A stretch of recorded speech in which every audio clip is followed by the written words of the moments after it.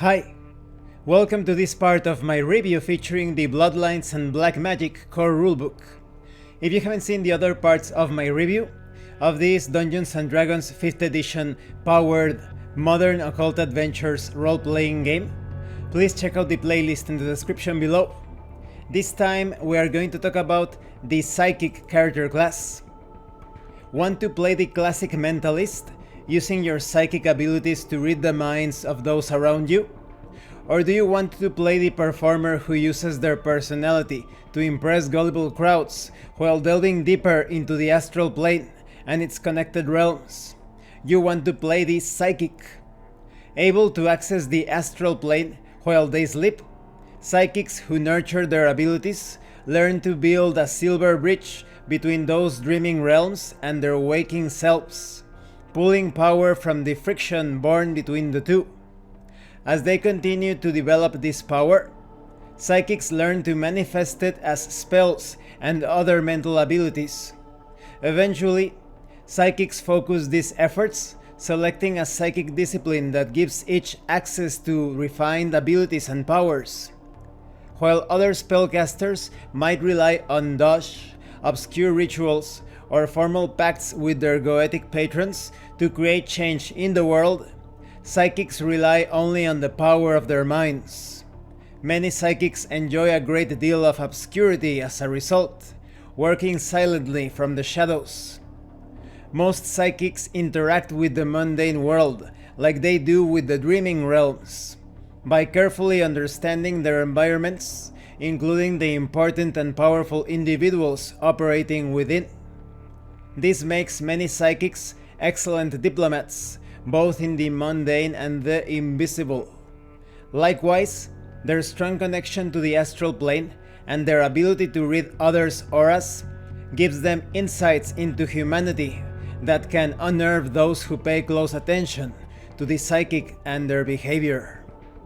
Let's talk about the features of this class. When it comes to hit points, you are decent if not a bit low on hit points. Concerning armor and weapons, you begin play proficient with simple weapons but no armor. You are also proficient in the use of one firearm of your choice. When it comes to skills, you have things such as computers, occult, investigate, psychic of course, technology, perception. You also gain proficiency with the meditation kit. Your ability scores are pretty high when it comes to dexterity or charisma. Now let's talk about the powers of the psychic. You have astral access. You learn to access the astral plane while you sleep. Upon waking each day, you gain the benefit of one from a list of powers which include Alarm of the Astral Temple. A single location you select within 7 miles of you is targeted by the alarm spell for the next 8 hours. There's also Mantle of Astral Wards. An astral guide wraps you in protective magic, warding you against attacks of all kinds. When you wake, you gain the benefits of the spell Mage Armor. There is also Dream Spell. Select a single first level spell you do not know. You can cast this spell in one of your spell slots in the next 24 hours. Once you cast this spell, it is expended.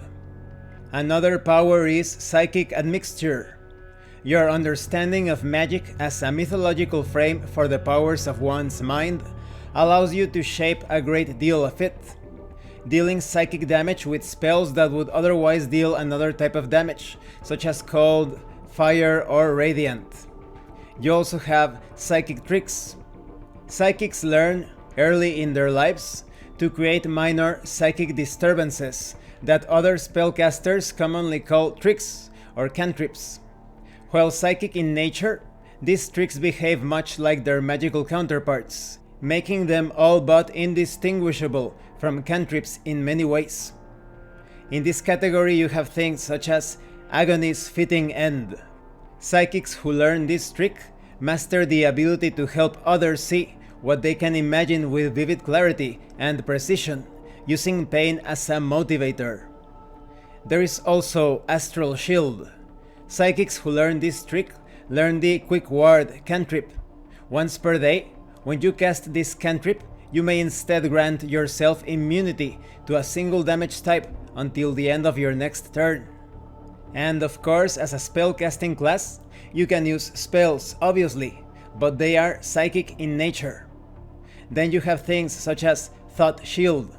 Whenever you are targeted by a magical, occult, or psychic effect that attempts to wrest control over your free will, you may spend a first level spell slot to manifest a Thought Shield that completely blocks the attempt. Later on, you will be able to practice different disciplines from a list. These include Clairsentience. Commonly known as the Second Sight, psychics who specialize in this discipline excel at sensing the world beyond them through their psychic senses. Utilized by law enforcement around the world, these psychics often solve crimes others cannot. You also have Psychokinesis. Mocked for decades by skeptics and talk show hosts alike, psychics who specialize in this discipline focus on what most people consider an impossible task: moving things with their minds. Psychics who master this discipline learn to create powerful and destructive attacks using only their minds. There is also Telepathy. Known as telepaths by just about everyone, psychics who specialize in this discipline turn their whole beings inward, probing the inner depths of their minds and using that knowledge to connect with others. And these are just a few of the disciplines. As you level up, you will develop even greater powers such as Mental Barrier. You learn to present a powerful defense against psychic forces. You gain resistance to psychic damage. Or Mind Link. You learn to form strong, temporary bonds with willing individuals, treating them as longtime allies or friends with but a thought. And once you reach level 7, you will be able to choose a capstone ability from a list, such as Mind Burn, which allows you to burn hit points to empower or boost your psychic powers. There is also Psychic Surgeon, which allows you to heal with the power of your mind. And this concludes this part of the review. In the next part, we are going to talk about the Spiritualist. I really like how this psychic is quite versatile, potentially the most flexible when it comes to tricking or overcoming the defenses of others and protecting yourself as well. I think it is a very challenging character class to employ. You need a certain lateral thinking outside the box, because the abilities, although some of them are quite direct, they really shine when you use them in unexpected ways and in social situations, I would say, because of your ability of manipulating the mind and thoughts of others. Thank you for watching this part of the review. If you have any comments or questions, please let me know. And thank you so much to those of you that have been supporting the channel by sending drive-thru RPG gift certificates. If anyone else wants to further support the channel, the information on how to do that will be in the description below. Once again, thank you, and see you later.